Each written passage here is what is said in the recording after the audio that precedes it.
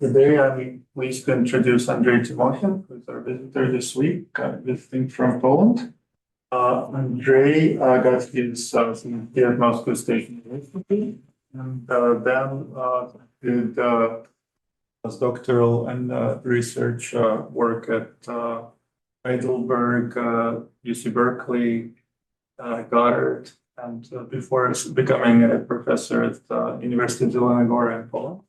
Andrey has done fundamental and foundational work in pulsar magnetospheres and generally in magnetospheres and neutron stars, discovering the first highest resolution solution for the pulsar magnetospheric structure for the Lagrange rotator, and understanding the discharge properties of cascades around the pulsars.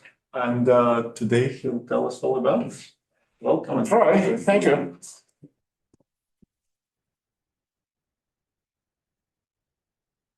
Okay, so just to be clear, I'm Russian, American citizen, and Polish professor. When I just recently was traveling through Frankfurt and I speak German, I'm talking to the border guard and saying, "You're living in Poland, traveling with an American passport? Where have you been born and sold in the Soviet Union?" And I almost added, that is the exact reason why this story is so complicated. Okay, so today we'll be talking about pulsars. Actually, this talk is a little bit biased towards what I have been into, so just to the works I have been involved in, and I will miss a few things which have to do with pulsars, especially the high energy emission which comes from the outer magnetosphere, and everything which has to do with the current sheet I will be mentioning only briefly. Except that I will try to give you more or less a complete picture. So, brief reminder of what pulsars are. They are point sources of highly irregular radiation, and they are rapidly rotating, highly magnetized neutron stars. So this modulation is due to the neutron star rotation, and therefore it's extremely stable. So somewhere in the magnetosphere, so they have extremely strong magnetic fields. They are surrounded by high density plasma, and somehow this plasma produces non-thermal radiation which reaches from radio up to the gamma.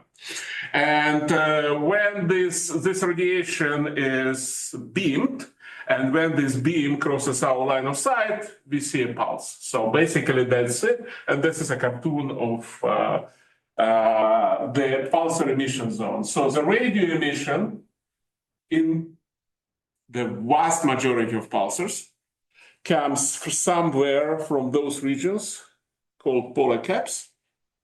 And the high energy emission, it turns out, it doesn't come from this region, it comes from regions in the outer magnetosphere. This is like, so just we cannot argue with that picture because this is based on empirical evidence. You can argue about everything produced in theoretical research, but this is sort of, this question is settled. A very important property of pulsars is that, so first of all, the vast majority of neutron stars we know them as radio pulsars. Why? Because we see them in radio. But the radio emission is actually a whistle of a locomotive of those objects. The total energy which is emitted in radio is just minuscule compared to the total energy the neutron star loses. The source of the pulsar energy is stored as a mechanical energy of neutron star rotation. And then this highly magnetized object creates electromagnetic fields, and these electromagnetic fields then give rise to radiation. But because the energy is stored as the mechanical energy of the star rotation, when we measure the spin period of pulsars, which we can do with extreme precision, we see how these neutron stars are slowing down. And when they're slowing down, we can easily estimate how much energy is lost. And we easily know the total energy budget. And compared to that energy budget, all what comes in form of pulsar emission, be it radio, which is really a whistle of a locomotive. So it's not even like it's a tiny fraction of a percent. But even in gamma, with some caveats, it's not like just the pulsars emit like 50% of those rotational energy in gamma. But where does the energy go? The energy go into generation of plasma, into plasma. How do we know this? It's not like a theoretical argument. It's again supported by the evidence. Around some young pulsars, we see so-called pulsar wind nebulas, the cocoons of relativistic plasma. It's relativistic plasma, it's synchrotron emission, so we are pretty sure what we are talking about. And if you compare the total energy emitted by those cocoons for that subset of a pulsar which do have them, then the energy budget matches. So actually pulsars are plasma machines. They're not like emitters, they're plasma machines with very little friction. And friction is radiation. That's the important part. This has been realized a long time ago, so I will skip this. So again, some fun fact about pulsars. So just why are they sort of so fascinating? So just a stable object like 3 times larger than the Schwarzschild radius.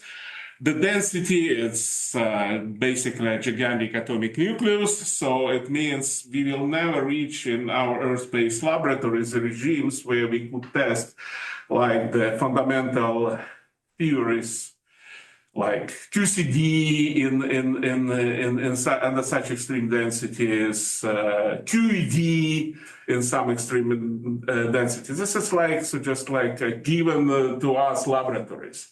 But and they have a very strong magnetic field. It's a very fun fact. What 10 to the 12 Gauss means? You calculate b square over 8 pi divided by c square. What will be the density of the vacuum with this magnetic field? 40 grams per cubic centimeter. Just to remind you, this is the densest material on Earth, osmium. So the vacuum, even the vacuum around this object is extreme. Okay. I made this movie a long time ago just to show you how pulsars work. Yeah. Oh my God, I'm sorry. Click on the screen, maybe. I have some problem with this. Okay.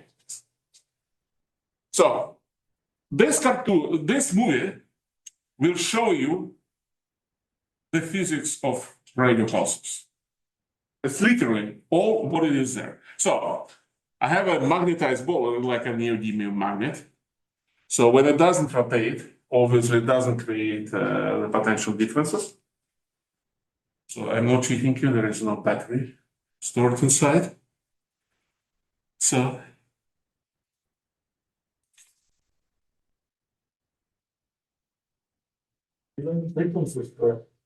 yeah.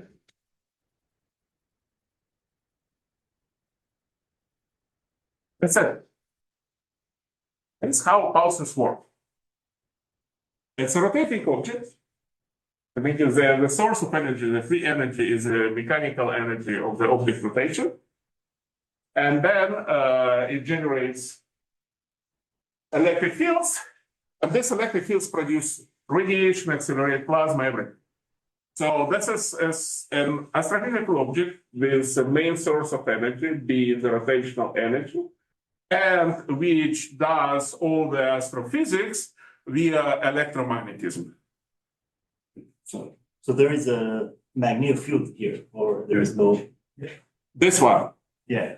It's give or take kilogauss. I don't know exactly. Oh, okay. So just I bought it from eBay. So. Okay. All this stuff has been realized almost immediately after pulsar discovery. That was even before I was born. I'm not a young man anymore. So, and for a long time, the pulsar theory was based on those two cartoons. Like yesterday, I told about the two most important papers in the pulsar science. It's the Goldie-Julian 69 and Ruderman-Sutherland 75. So in this paper, they described a model of a force-free magnetosphere on a pulsar. So the rotating object with such enormous magnetic field cannot be surrounded by vacuums. So just electric field so enormous, they will pull the charges from the star at least. And then these charges will screen the accelerating electric field in the magnetosphere. Because just of the enormity of this electromagnetic fields, we should have a force-free magnetosphere around the pulsar. This is Goldie and Julia paper. And then, so the first publication about the source of this plasma, it turns out, so just people also realized it very quickly. So the pulsars had been discovered at the end of 1967, the publication in Nature, 69. In 73, there was a publication of Peter Starrett about about the efficiency of electron-positron pair production in strong magnetic field in pulsars. So it turns out the source of plasma is not so just this neutron star surface. The plasma is generated in electron-positron discharges, electron-positrons avalanches, which fills the whole magnetosphere as plasma. And the first detailed work on this, which introduced a lot of useful concept, and I still think it's one of the most wonderful publications, which stimulated a lot of discussions, which, as I will tell, just turned out to be almost completely wrong in all the details, in stark contrast to this, with the exception that they assume that the magnetosphere is filled with electrons and protons. You exchange protons with positrons, and so just all our work have confirmed this picture very well. So, okay, for a long time, these have been cartoons. They assume charge so first. Well, I don't want to. I mean, come on. They're very right. I mean, so just right. They dismiss fair production. Yes, okay. So just Even if they're I wasn't born, so just you had been born. So this is just they're right. Okay, so for a long time, those stayed as cartoons. Initially people thought what could be a simplest possible model for a pulsar be? You have a rotating, perfectly conducting sphere with a dipolar magnetic field, which dipolar axis is parallel to the rotational axis. I mean, so this is the simplest configuration you could think of. And then the whole magnetosphere is filled with a perfectly conducting plasma. No resistivity, no friction, nothing. And the symmetry. So how long would it take to solve this problem? 30 years. The first publication where this cartoon became an actual scientific plot was this one, Kantopoulos Kazanas in 1999.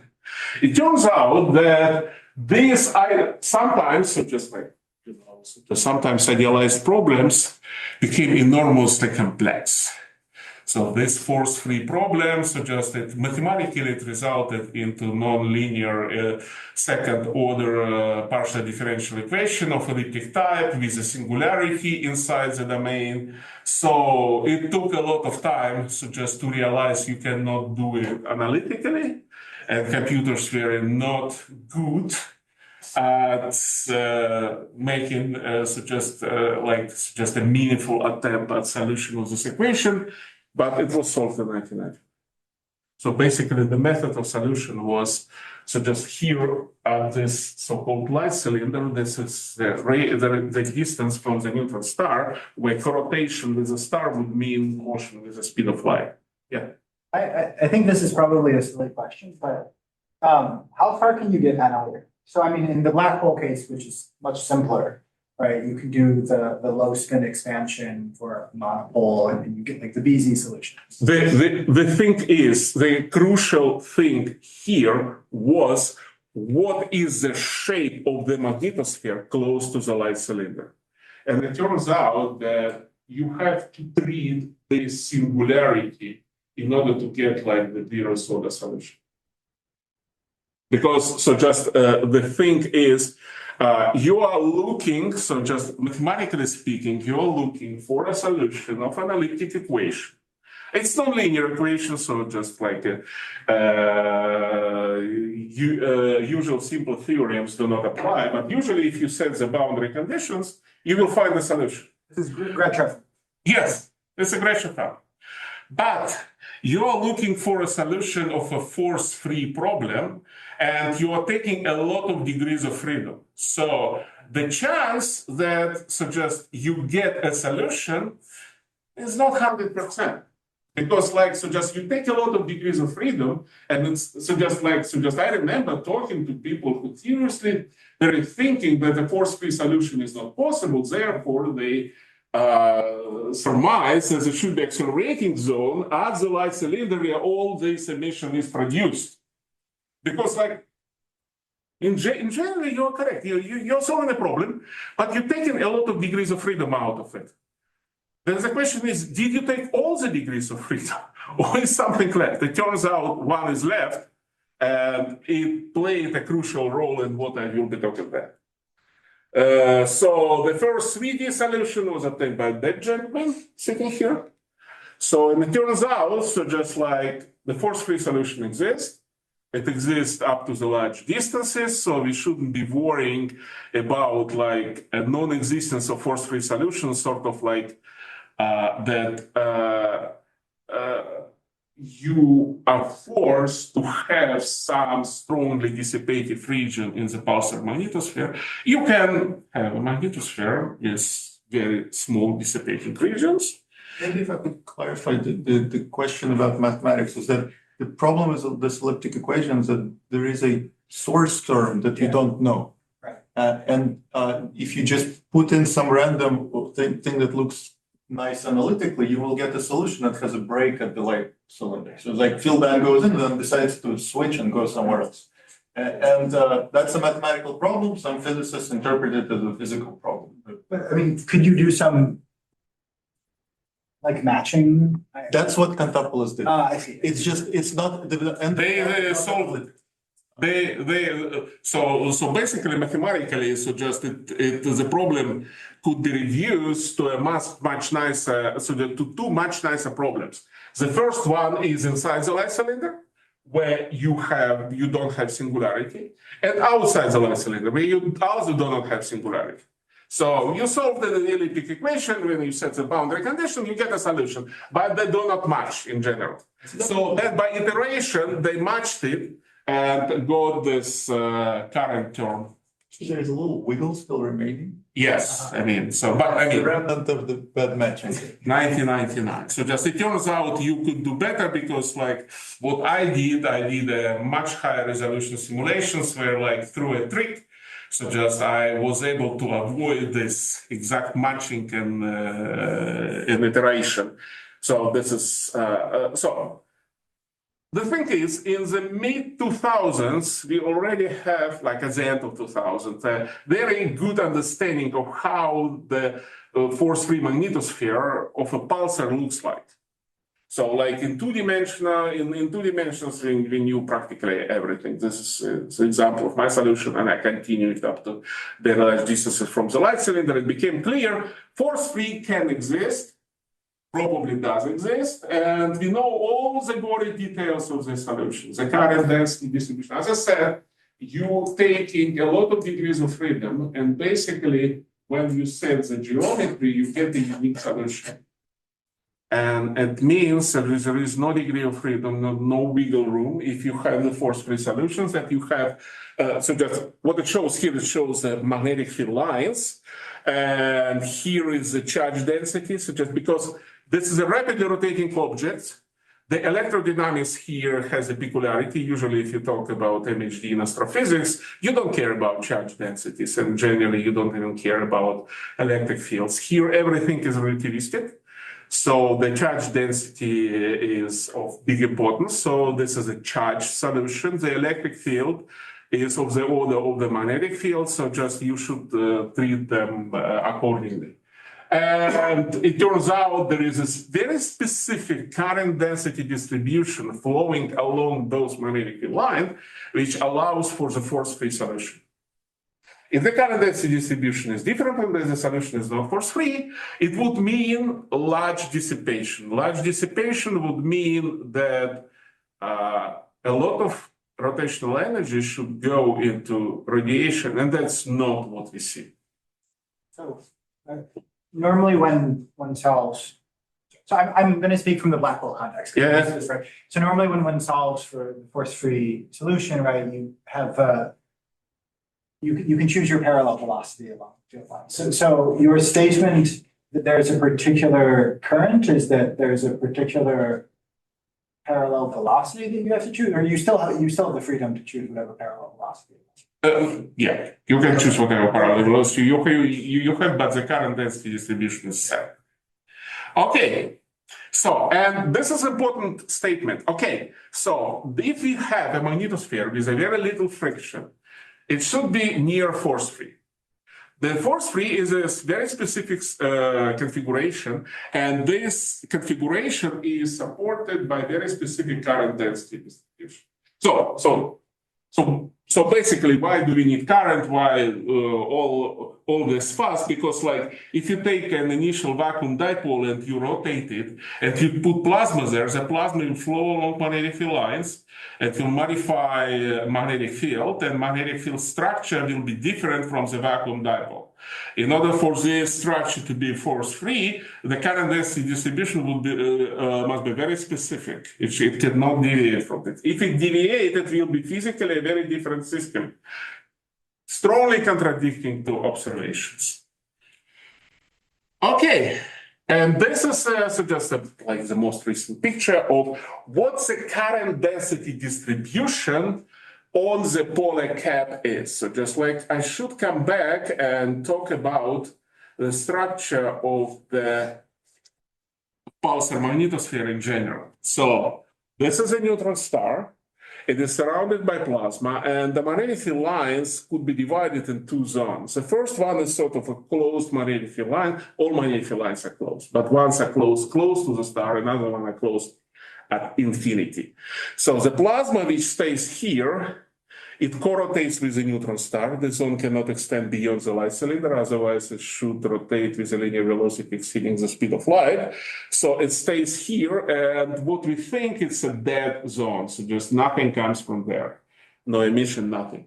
Then those magnetic field lines which pass the light cylinder, we call them open magnetic field lines. The plasma is streaming along those magnetic field lines, they stream into pulsar wind and create those pulsar wind nebulas.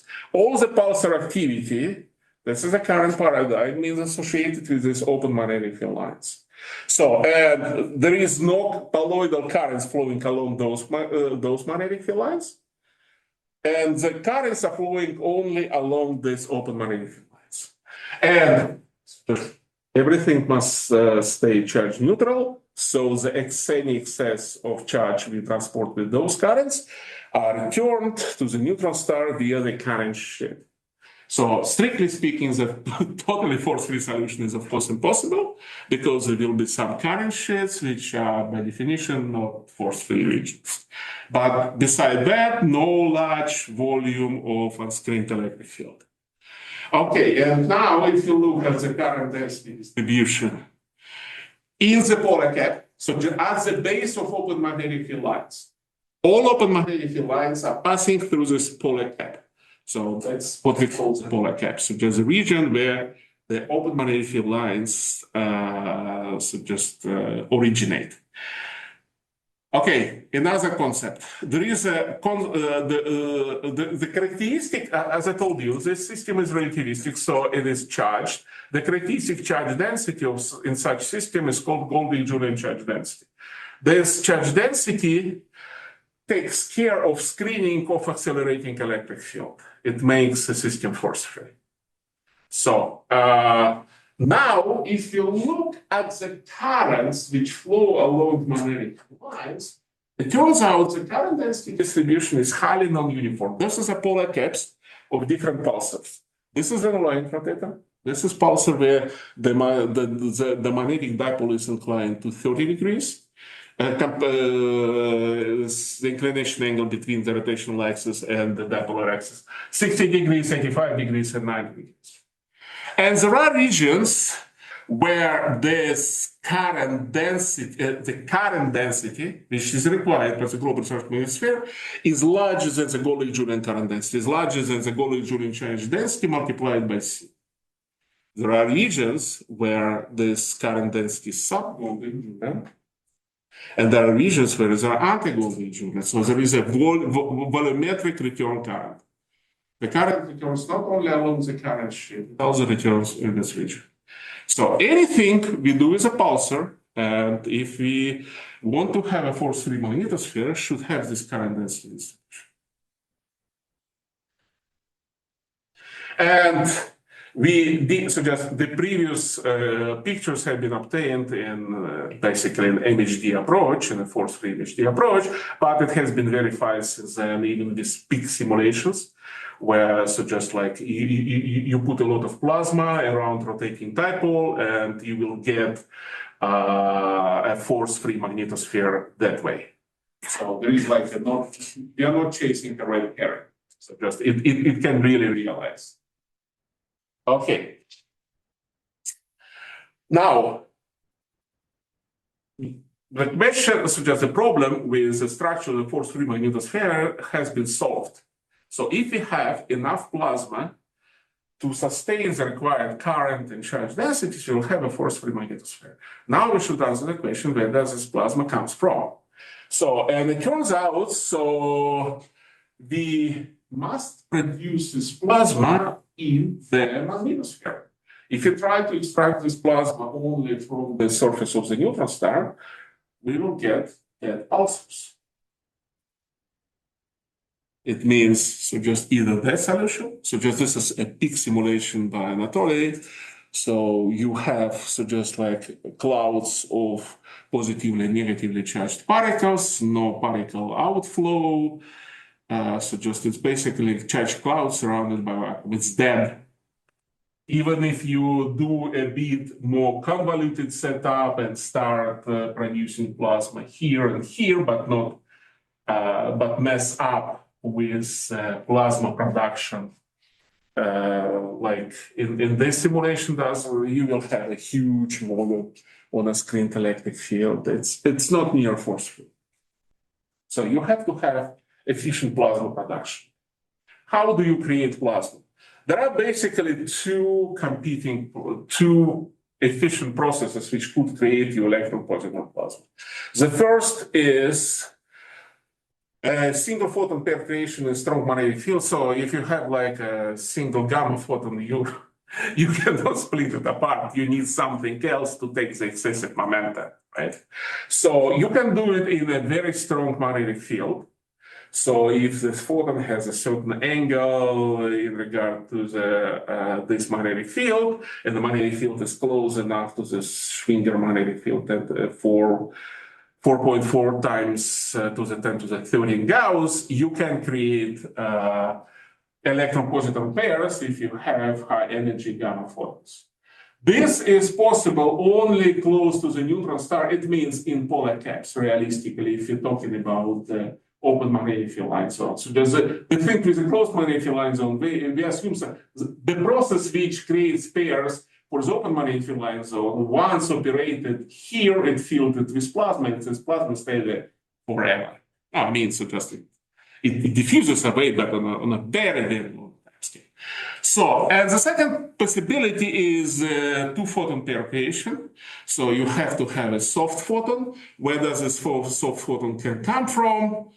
Surface of the star, for instance, or could be generated in the magnetosphere itself.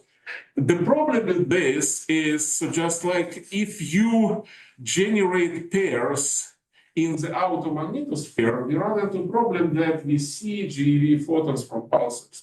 It means that just the GeV, for GeV photons, the outer magnetosphere, maybe except the current shit, but I mean, so just the whole volume is transparent. And it means so just in order to create a lot of plasma, you have to accelerate the primary particles up to very high energies. So the efficient pair formation, which fills the whole magnetosphere, should happen in these regions. Just a second.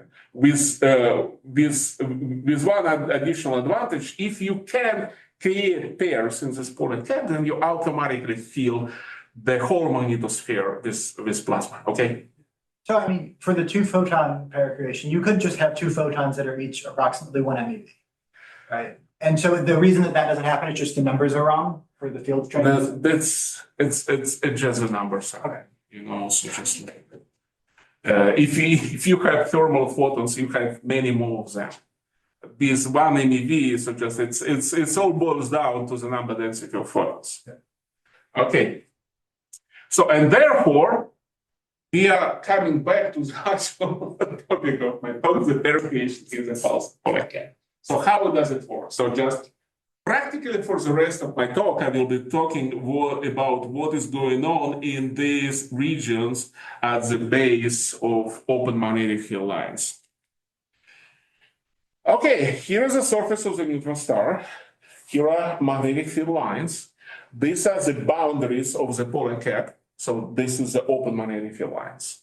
So these regions are dead, they're filled with plasma, there's like a conducting walls. The whole system is an electrical circuit. This was really emphasized in early works also, but this is an electric circuit. So the current flows all the way infinity, comes back, flows under the surface of the neutron star, and exerts a braking torque. That's how the energy is extracted. The magnetosphere is huge compared to this. So the larger the size, the higher the inductance. So this is like an electric circuit with two inductances. A small one is a cascading zone, is a zone where some physics takes care of creation of electron positive pairs, and the rest is the magnetosphere. So basically, so just like physically speaking, what it means that, and the magnetosphere wants a specific current density distribution. Physically, what it means, the magnetic field lines in the force-free magnetosphere are twisted. There's a very specific twist. This twist propagates all the way down to the polar cap. So the polar cap knows what currents it should supply. Because if it doesn't, you know what happens. So the magnetic field will immediately start untwisting, generating the displacement current, i.e. the electric field, and this is how the feedback would work. But so just like in this cartoon, I show so just how the pair formation should work. Assume we don't have plasma here, and we put a single particle here. It could be extracted from the surface of the star. It could be a straight cosmic ray. It doesn't matter. Just put a single particle here.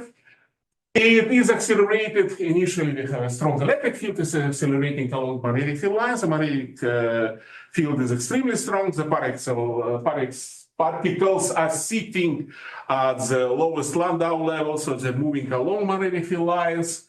So magnetic field lines are curved, they emit curvature radiation, synchrotron radiation in this extreme case. Those photons propagate some distance, getting and initially they emitted along magnetic field lines, but then as they propagate, they're getting some angle towards the magnetic field line. So just come above the threshold for pair creation. Pairs are being ejected, they're accelerated in different directions, emit photons, and so the process goes on.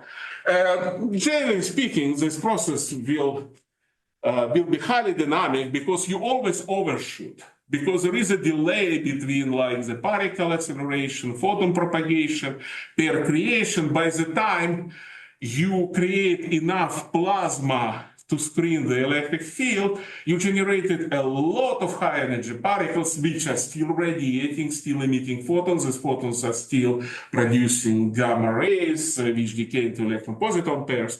So this is generally how it works. So, and the basic physics of this is you write down the Maxwell equations in the co-rotating frame with the neutron star. So this is a Gauss equation, and this is it.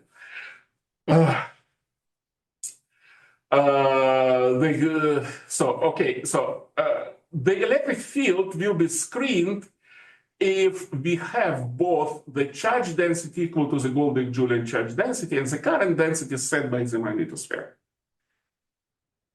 So, if either of these conditions is not satisfied, you'll have accelerating electric field, and this will trigger these electromagnetic avalanches.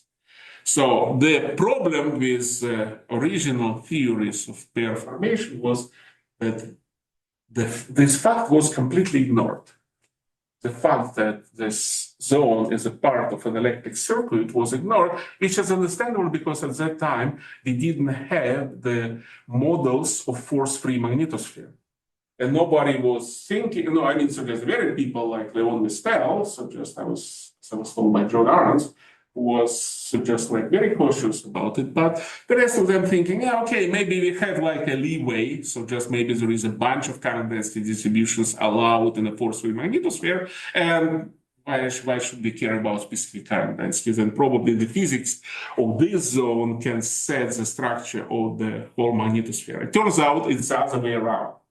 So the global magnetosphere is a dog, and this region, accelerating region, is a tail. And the dog just wiggles the tail, not the other way around.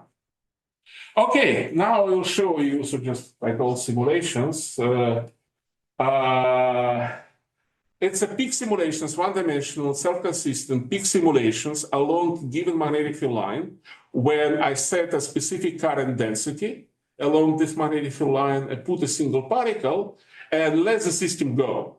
So just what kind of discharges are we talking about? What kind of pair formation processes are we dealing with? So black dots are photons, blue points are electrons, red points are positrons. This is the distance from the surface of the neutron star, and those are momenta of those particles in energies in mc squared. This scale is logarithmic, this scale is linear. So the basic thing is, my analogy is that the vacuum close to the neutron star is highly flammable. You just strike a match and then it keeps burning. So the process is highly non-stationary, and the gap, these particles, the particles, it's moving along magnetic lines. This was the case when we could not extract particles from the neutron star surface. Then, on the other hand, if we are dealing, now we come to, let's say, it's the same pulsar, it's highly energetic pulsar, it creates strong electric field. But in this case, we are in a different region of the polar cap, where the required current density is less than the Golding-Julian current density. And we can extract particles from the neutron star surface. And lo and behold, there is no particle acceleration, no pair creation at all. It's a very energetic pulsar in a vacuum, so just it would create enormous electric field, but it doesn't do it this way. So just the brief explanation is, in order to screen the electric field, you have to both satisfy the charge density and the current density.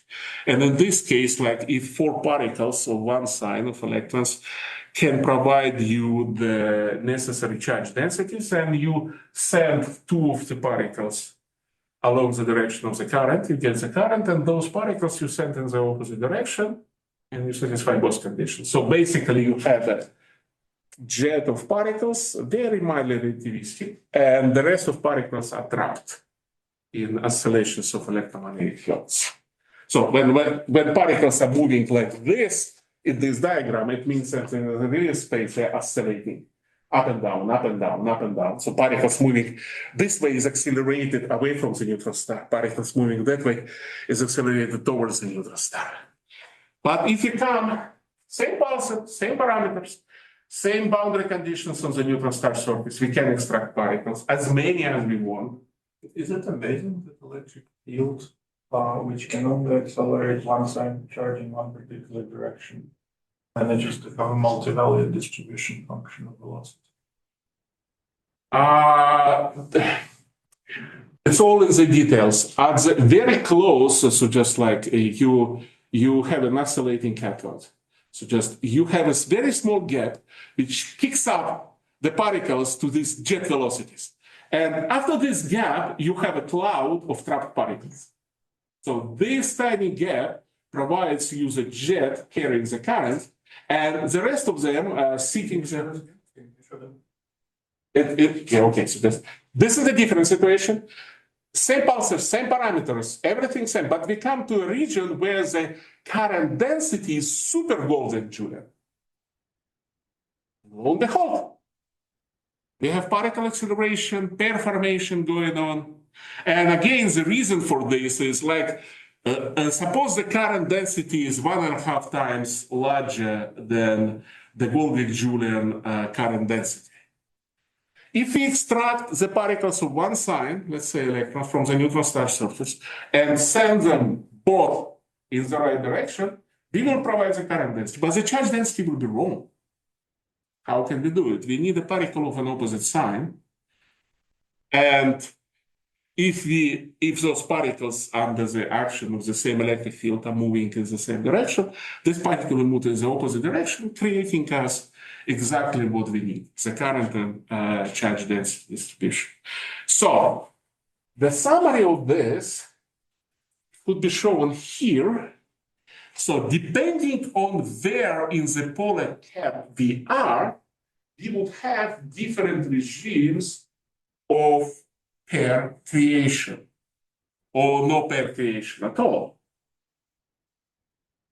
So this diagram is sort of convoluted. So basically, just it boils down to the statement that in the regions of super Golding Julian current densities and anti-Golding Julian current density and return current will always have pair formation.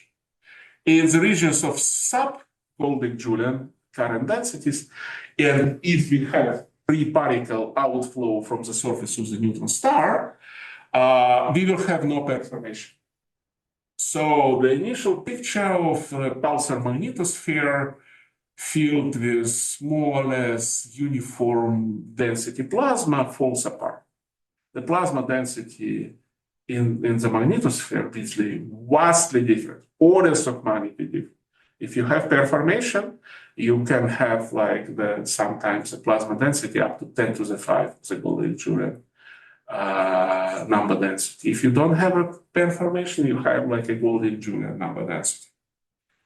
So, and if we have no particle extraction from the neutron star surface, then we will always have pair creation in the polar caps. And now compare this convoluted picture, which was drawn in Ruderman's. So this is a replacement of this. While for Golding Julian, we don't need a replacement. It's just what we get is basically it's the picture. Okay, let's settle. How much pairs can be produced, sir?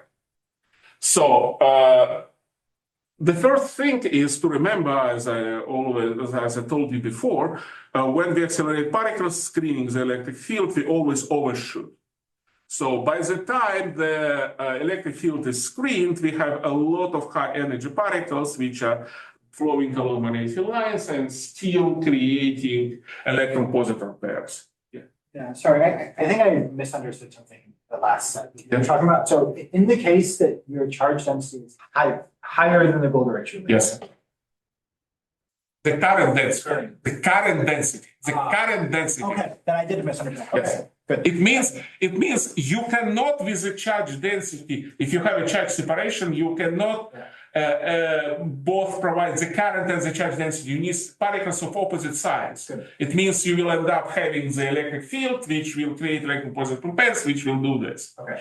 So In terms of multiplicity, so just most of the pairs are produced well after the electric field transient electric field has been screened. So, and this problem can be treated in a much easier way. So just if you calculate the energy of these primary particles and see what they do.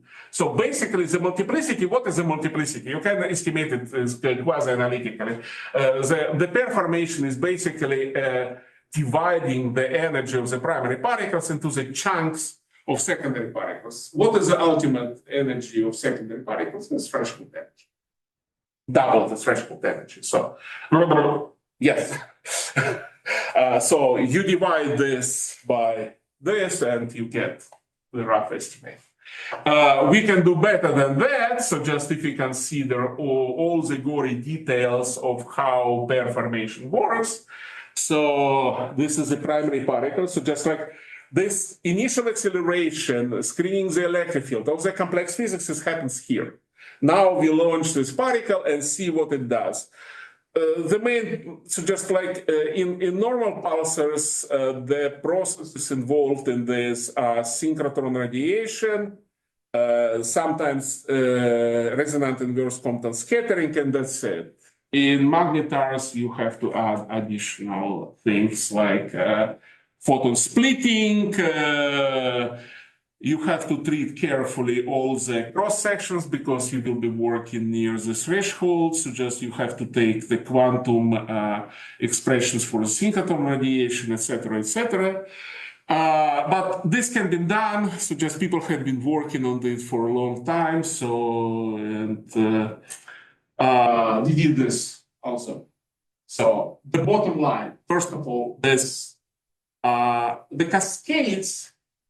Well above, so just the cascades which produce most of the particles, they do not have a lot of generation. It's not like the atmospheric showers in the Earth's magnetosphere, they have a lot of generations. Here, there are at most what I haven't encountered, so just we did this with Alice Harding, who has been doing this stuff since 1983. So at that age, I could speak only Russian and did know very little. We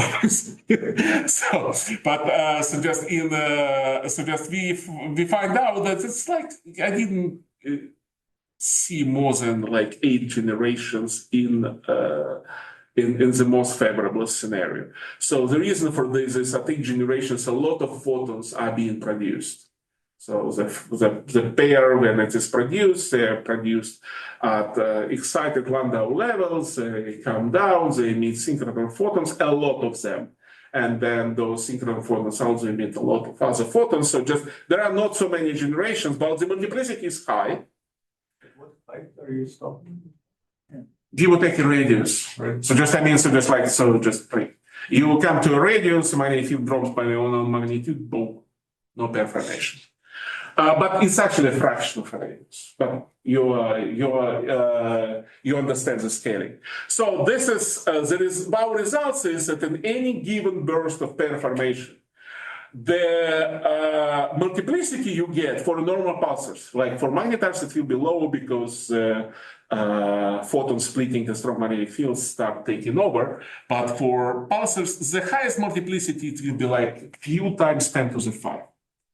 And what's shown here is a plot, a contour plot of the logarithm of the multiplicity. So it's 10 to the 4.5, depending on the radius of curvature of magnetic field lines, which determines how fast the photon reaches the right angle with magnetic field to be above the threshold. And this is a logarithm of the magnetic field.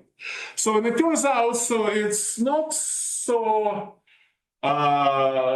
strongly dependent on the magnetic field as well as radius of curvature of magnetic field lines. This is a quadratic dependence. The dependence is even weaker. What is the reason why? I mean, so just we are talking about pulsars which have like orders of magnitude different spin down energies. The thing is that this pair formation is self-regulated. So if the pair formation is not very efficient, it means that the threshold for performation is pretty high. You have to accelerate particles to very high energy. And it means, so just before you screen the electric field, you accelerate particles up to very high energies. And then you divide it by the energy of the threshold. So you will have a much higher energy primary particles, but then you divide them in bigger chunks. In the opposite case, when you have a very efficient performation, you accelerate particles up to not very high energies, and you already screen the electric field, so just that's it. But then you divide these particles into smaller chunks. That is why this number is sort of universal. So 10 to the 5. We are astrophysicists, we don't care this. 3 times 10 to the 5 or 5 times 10 to the 4. So just let's be honest. So this is one conclusion which comes from just all this new science. Then another thing, so I will try to please pay attention to where is this? Just a second. The NBT gamma escape. Yes. To this diagram. So the fact that, so just we learn from doing the self-consistent simulation of pair creation is that the particle acceleration performation is very efficient. It means that the particles, the threshold of gamma rays, which can produce pairs, is lower than it was assumed like in previous models. And it means that the gamma rays, or these high energy gamma rays, are not escaping the polar cap. The gamma rays which could escape, so that this pair creation process, which always had a mistakable signature of gamma rays, which are below the threshold for information, escaping from them. And we should see them. And we don't. All Fermi pulsars, they don't have this component coming from the polar cap. These gamma rays are coming from the outer magnetosphere. So there are like 2 possibilities. First of all of what I have been talking about is complete bullshit. I mean, let's admit, so just there is a possibility. Or the other thing is that, as our simulations show, this emission is just being cut off at several MeVs. And surprise, surprise, Fermi is not sensitive in this region. So that's what we think is the reason of this. So just like any such electromagnetic pair formation process should have photons below the threshold leaking out of this region. We don't see these photons, so either everything is wrong, or the devil is in details. And I think this is the case. And unfortunately, talking to my former colleagues at NASA, so the situation for the next camera emission is very grim. So probably I will stay in business until time. Just we are not going to see. But so just who knows? Maybe Chinese will come up with gamma emission in MEV. So just because that is like a strong prediction. So just if you have a pair formation in polar caps, we should see the gamma rays below the threshold. The thing is, there is a threshold. So this new theory provides is pretty low. In MEV range, Fermi is not saying. Okay.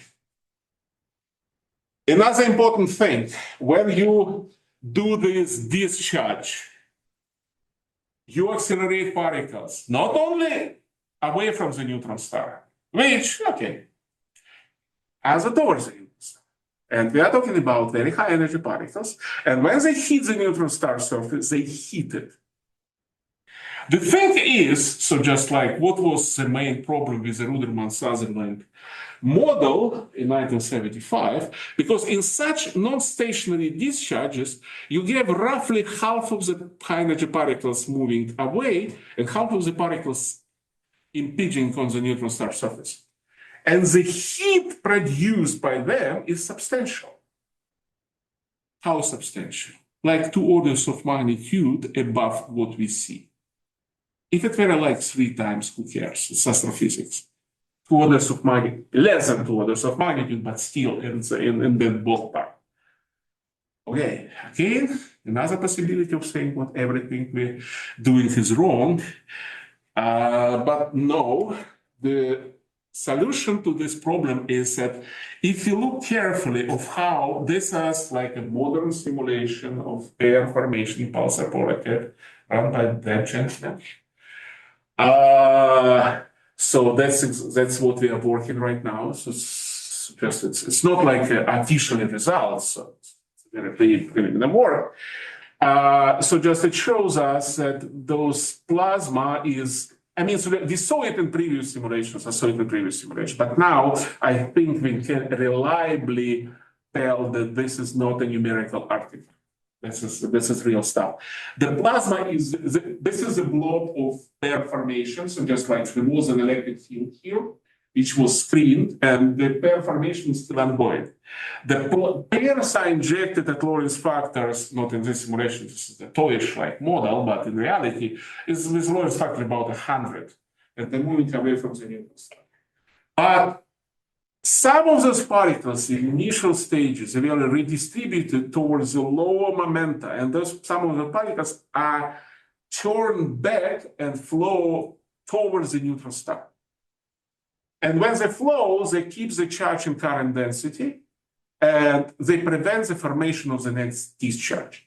So the discharges they still provide a lot of energy to hit the neutron star surface, but they are much less frequent than it was originally thought in like Ruderman-Sutherland paper. So, and that lowers the heating of the neutron star surface, and it seems at least we are very optimistic about it. So just you cannot really derive like so just a fit like what most of our colleagues like, so just a fit to a model to this, but it seems to be we are heading towards the right ballpark. This is important. Next thing, so just we did simulations. We did simulations of in multi-dimensions, so just this is a two-dimensional simulations of pair discharges.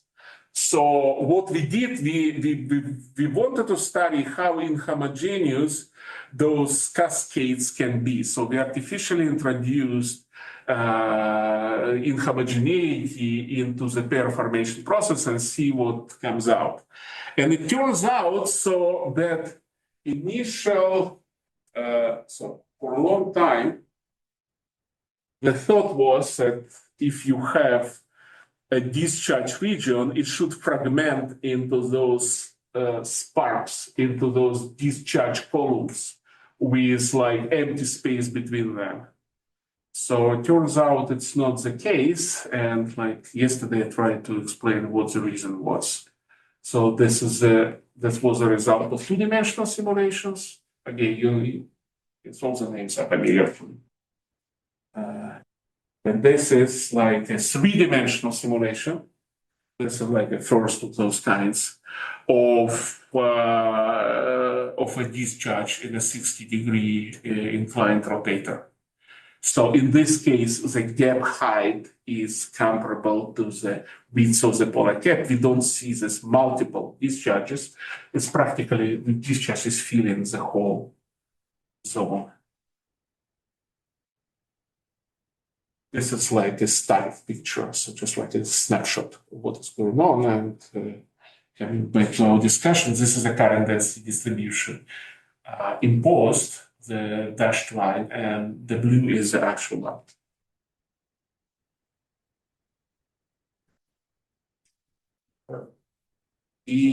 Do I have like a 5 or 6 minutes?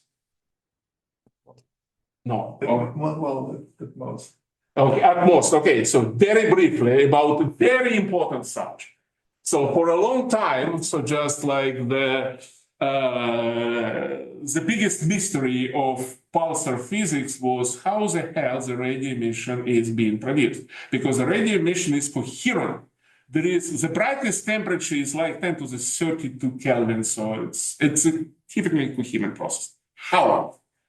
So the usual thought was, which is the plasma density close to the neutron star is very high, so just nothing can escape it. So we have to wait until this plasma comes away from the neutron star, the density drops, and some instability will create you the radio emission. And what is this instability? Try this, try this, try this. The growth rate is low. It doesn't work.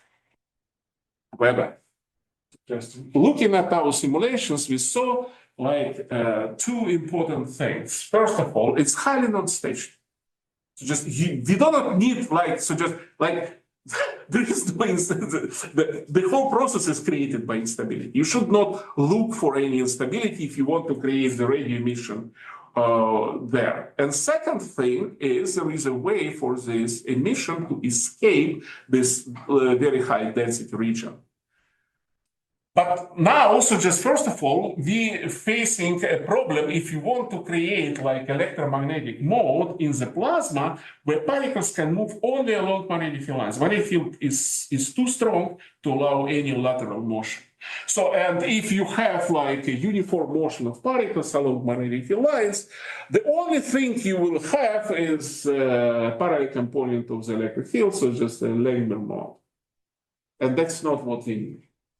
However, if the accelerating electric field is not uniform across magnetic field lines and particles are still moving along magnetic field lines, that's what we are getting.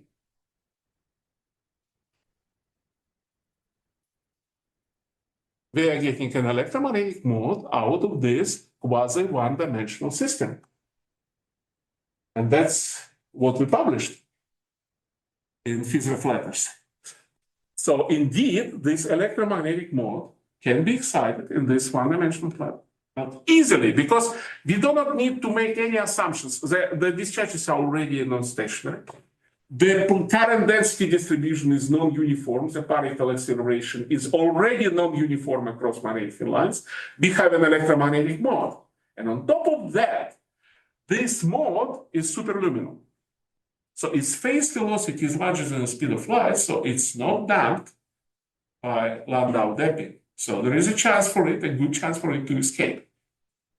So why is it in the radio frequency? Plasma, so just you calculate the plasma frequency at those heights. So you're getting strike to megahertz and gigahertz range. So, I mean, so yes, it's a very valid question, but I mean, so just you put all the parameters you have, you getting into this range. So then we did but there is a catch. This it's a superluminal wave propagating through the dense plasma region. It's not subject to Landau damping, but the plasma density is constantly being increased due to the pair formation. Will it kill it or not? The result of this paper shows that initial damping is logarithmic, and if it's not logarithmic, it's exponential. If you have exponential damping, then forget about anything. But after some point, it becomes linear. So the pair formation is not going forever. At some point, it stops, and then the plasma density will be dropping because the magnetic field lines are divergent, the plasma density diverges. So in linear regime, there is a good chance that this radiation can escape, and that's what we see as radio emission. On the other hand, you know, like these jokes are just like an experimental physicist coming to a theory, showing him a graph, that's what I measured, could you explain? Oh, yes, easily. Oh, no, my bad. So I just handed you a graph, I handed you a plot upside down. No problem in this case, okay. No big deal. Even if it doesn't work, the thing is, the plasma density is highly non-uniform. There are regions where there is practically no pair formation. I talked to you about these regions. And in those regions, the plasma density is very low. If those waves can escape, so just this, for instance, is like from a different world. We have a polar cap of a 45-degree inclined rotator. Those are those waves we are talking about. And here is a region with very low plasma density. And this is a Poynting flux electromagnetic wave. Even if they die in those in the pair-forming regions so that they could escape through the slow density plasma channels. But it gets even better, and those are my last two slides. The thing is, if we have energetic pulsars, the plasma where the gap is less than the size of the polar cap, then the pair-forming regions will be fragmented into these plasma columns. And between them, there will be regions of low-density plasma. So even if the radiation doesn't escape the dense regions of plasma, they could escape through these cracks. And of course, there are like these persistent regions where the current density is low and the plasma density is low.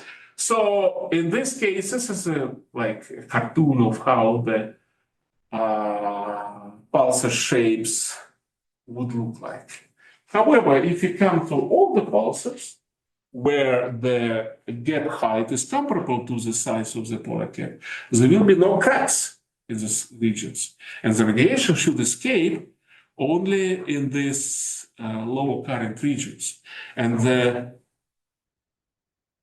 light curves should look like this. And the surprising fact is, I'm working right now with like very famous pulsar observer who said me, that is sort of what we are seeing.